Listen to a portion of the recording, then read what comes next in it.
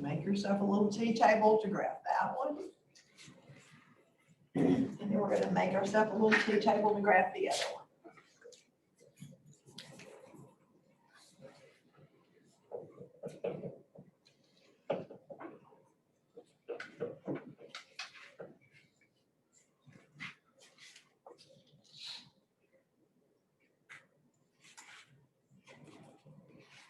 And to me, it doesn't matter which points, but to me, the intercepts are the easiest points to graph. Like if you let X be 0, that's an easy one to get the other one. If you let Y be 0, that's an easy one. So your X and Y intercepts are your easiest points. They're not your only points, they're just the quickest.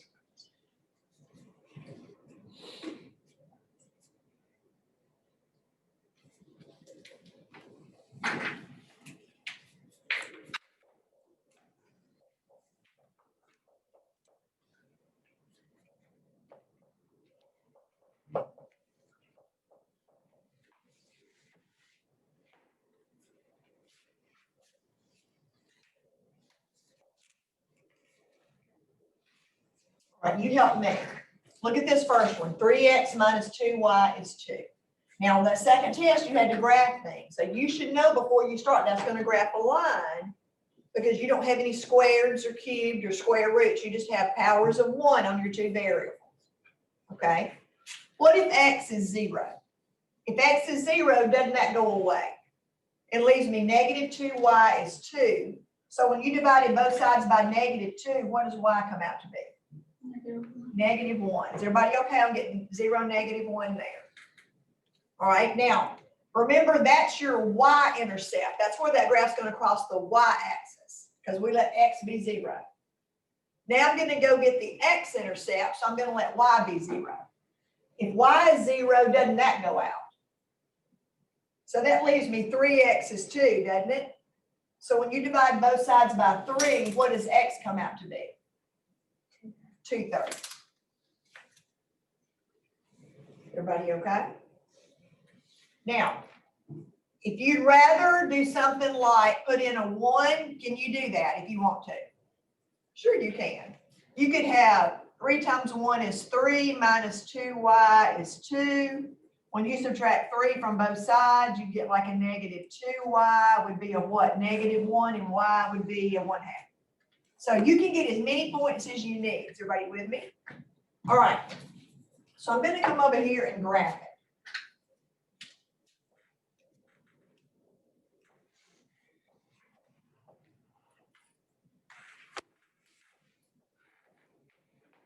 I need 0, negative 1. And then I need 2/3 0. So that's not quite right there. Is everybody with me? And then I draw my line. Now, straight edge would be better, but I don't have one in. There's one over there. So go get it. Okay. So there's my line for number 1. Is everybody okay? I'm going to number number 1. That's line number 1.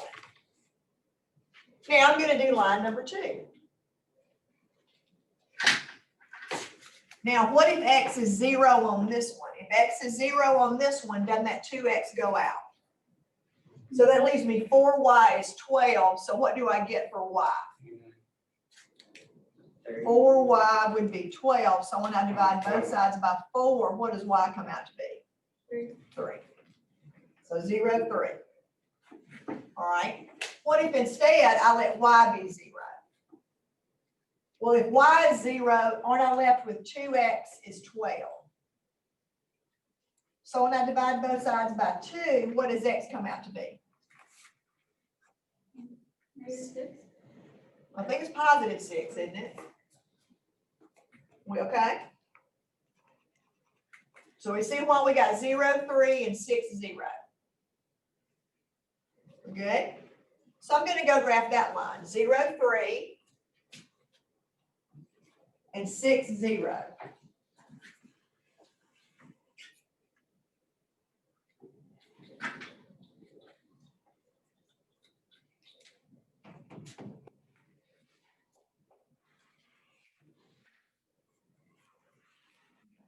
A straight edge would be way better.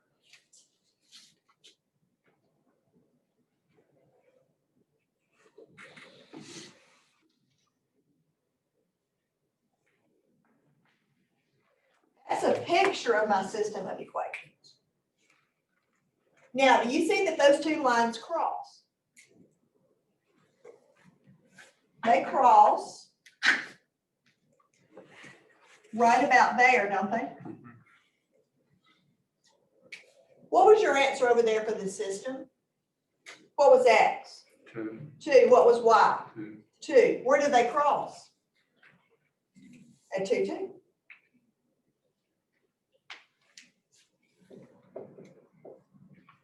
That's what you're doing when you solve a system. You can look at it numerically. In other words, when I let X be 2 and Y be 2, it makes this sentence true and this sentence true. That's looking at it kind of numerically or algebraically. But you can also look at it geometrically. And what that means is both of these are lines. And that is the point where the two lines cross. Okay? So that's another way to double check yourself. So on your test next week, I may ask you to do that. I'm going to get you to do a few homework problems like that tonight, where you graph them and double check. I'm going to make you go back and graph some of the ones that you worked for today. Is everybody with me? To see if they did cross where you say they cross. Now, let me show you this one real quick to make sure that we're okay. So that if you get this, you don't freak out. Because I would freak out. But y'all are better than me. Okay. I want you to solve this system, and it's going to be really weird what happens. All right, here's your system.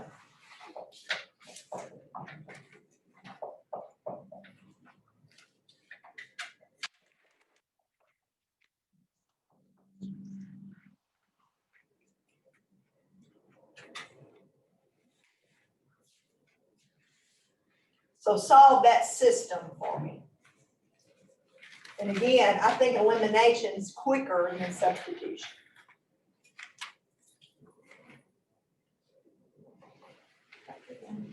For the test, will we have to do some with substitution and some with elimination, or will you let us solve it how we want? That's a very good question. There'll probably be at least one I make you do with substitution and at least one I make you do with elimination. But part of that, if you go back and look at the first worksheet, sometimes they really can't do elimination. In other words, there's just some that it doesn't work, and I'll show you one like that. Okay. Thank you. You're welcome. But you can certainly have your favorite. Like the only time I do substitutions when I can't do elimination or when the problem tells me to. It just takes too long.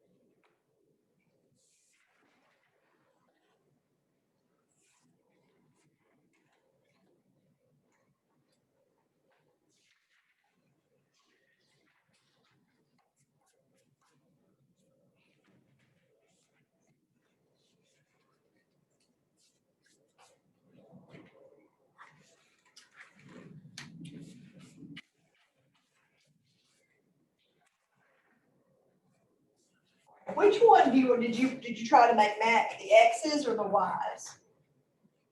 X, all right. So if this one's 4, what did you want that one to be? -4. -4. So what did you multiply that top equation by? -2. -2, all the way across. Now, you don't have to do that one. You could have multiplied the Y's by something. It's just your choice, all right?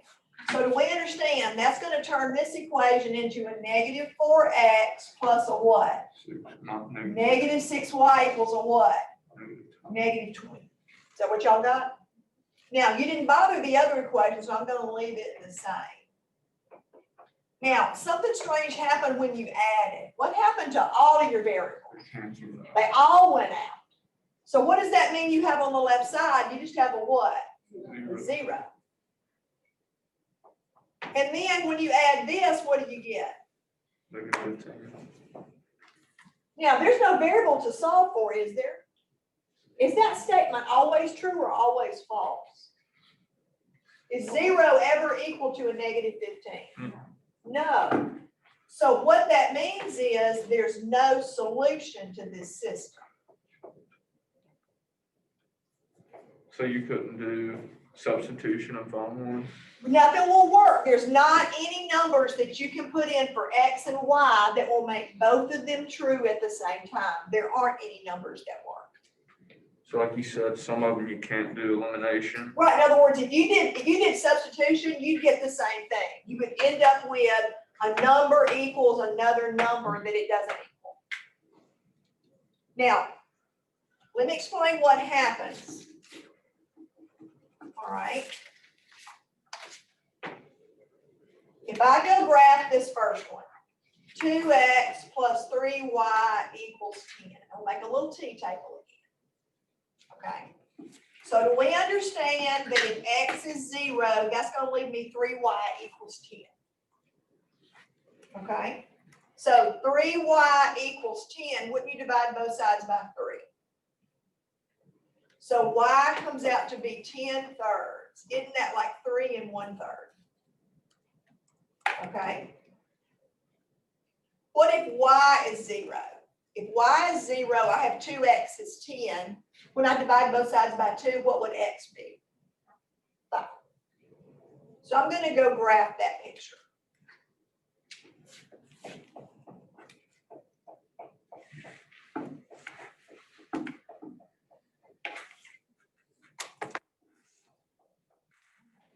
So I've got 0, 3 1/3, and then 5, 0.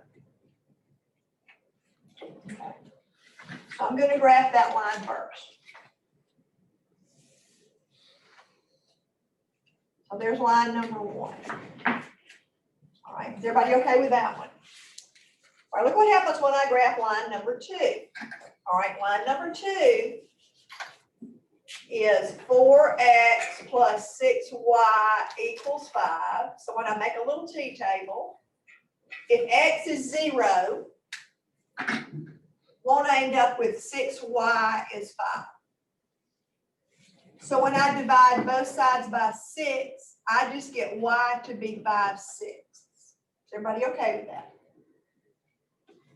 All right, what if I let y be 0? Well, if I let y be 0, I get 4x is 5. All right, so 4x is 5.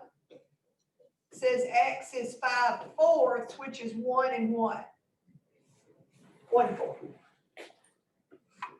Now look what happens when I graph this. 0, 5, 6, and then I get about 1 1/4, 0. And I draw that line. What do you notice about those two lines? They're parallel. Do parallel lines ever intersect? No. That's why there's no solution to the system. So when you get a sentence that's false, that means there's no solution to the system. Okay? And that means when you graph them, the lines are going to be parallel. Now remind me, I could check this to be sure about something we learned on test 2. What do you know about the slopes of parallel lines? They're the same. So I could go up here and make this say y equals and see what the slope of this line is. And I could go make that one say y equals and see what the slope of that line is. And they better be what? The same. So that's a way to double check myself. Now, sometimes you'll get this.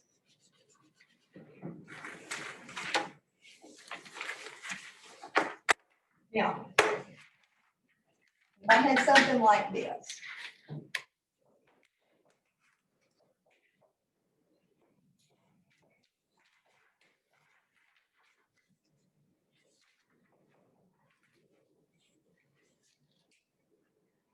Look what's going to happen if I make these match. Is it okay if I make the y's opposite, since we made the x's opposites last time? So what if I got to multiply y by to get a -3? So multiply this by -3, I've got to multiply all the way across by -3, right? So what's that gonna give me? A negative what? 3x plus a what? Negative 3y equals a what? Negative 6. I didn't change the bottom one, so I'm gonna leave it the same. What happens when I add these? Everything goes out, doesn't it? So with the left side is what? 0, 0 equals the right side's what? 0. 0. Now, what in the world does that mean? It means all real numbers work. So there's an infinite number of answers. Now, when I say, let's put it this way, that's not a good phrasing. Let's say it this way. Because it does matter. We'll say an infinite number of solutions. Now I'm going to show you what I mean by that. Infinite number of solutions. So here's what I want you to understand. When you have a system of two equations with two variables. Now what that means is, do you understand that means you have two lines? There are three possibilities. You can get 1 point for the answer, like we did a minute ago, 2, 2. Or you can get no answers. Everybody with me? Or, so no, let's put points since we're doing points, no points. Or you can get infinitely many points.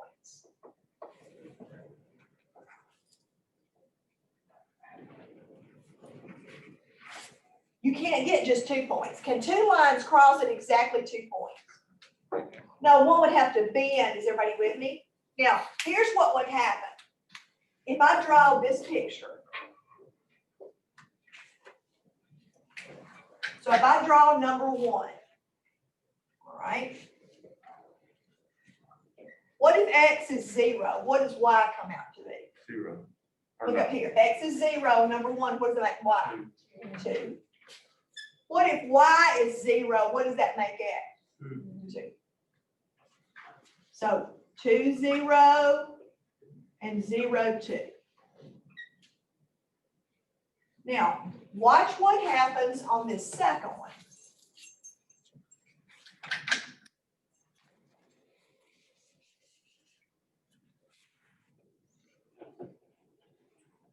What if x is 0? What's 3y equals 6? What does y have to be? 2. If y is 0, what is x? 2. They're the same line. One line is right on top of what? The other line. So that means that any point on the red line would also be a point on the what? The purple lines. Everybody with me? So when you have a system of two equations with two unknowns, when you have two lines, you're going to get 1 point, like x is 1/2, y is 2/3. Or you're going to get no points, like 0 equals a -4. There's no answer to that, so that means the lines are parallel and you wouldn't have any points. Or you're going to get what's called coincidental lines, which means one line's really on top of the other one. Now, here's what we're going to do. This is where your test material stops, all right? Your video on Friday, I'm going to give you some more homework, and I'm going to reiterate this system of equations with the graphics. Everybody with me? All right? And then I'll double check on the video and make sure you understand exactly what's on your test. On Monday, when you come in, what we're going to do on Monday is we're going to go over your homework, make sure everybody's clear about what's on the test. Then we're going to start reviewing for your final. Okay? Wednesday, you're going to take your test. So your test, the week from today on Wednesday. All right? Friday, you won't be here. There's going to be like an optional pop test on Friday to replace a pop test grade if you want to do it on a video. Monday of the next week's exam week, so all we're going to do is review. So that's it. I mean, I will literally only see you 1, 2, right here. Okay, so your test to understand is next Wednesday, a week from today. So check over for your homework.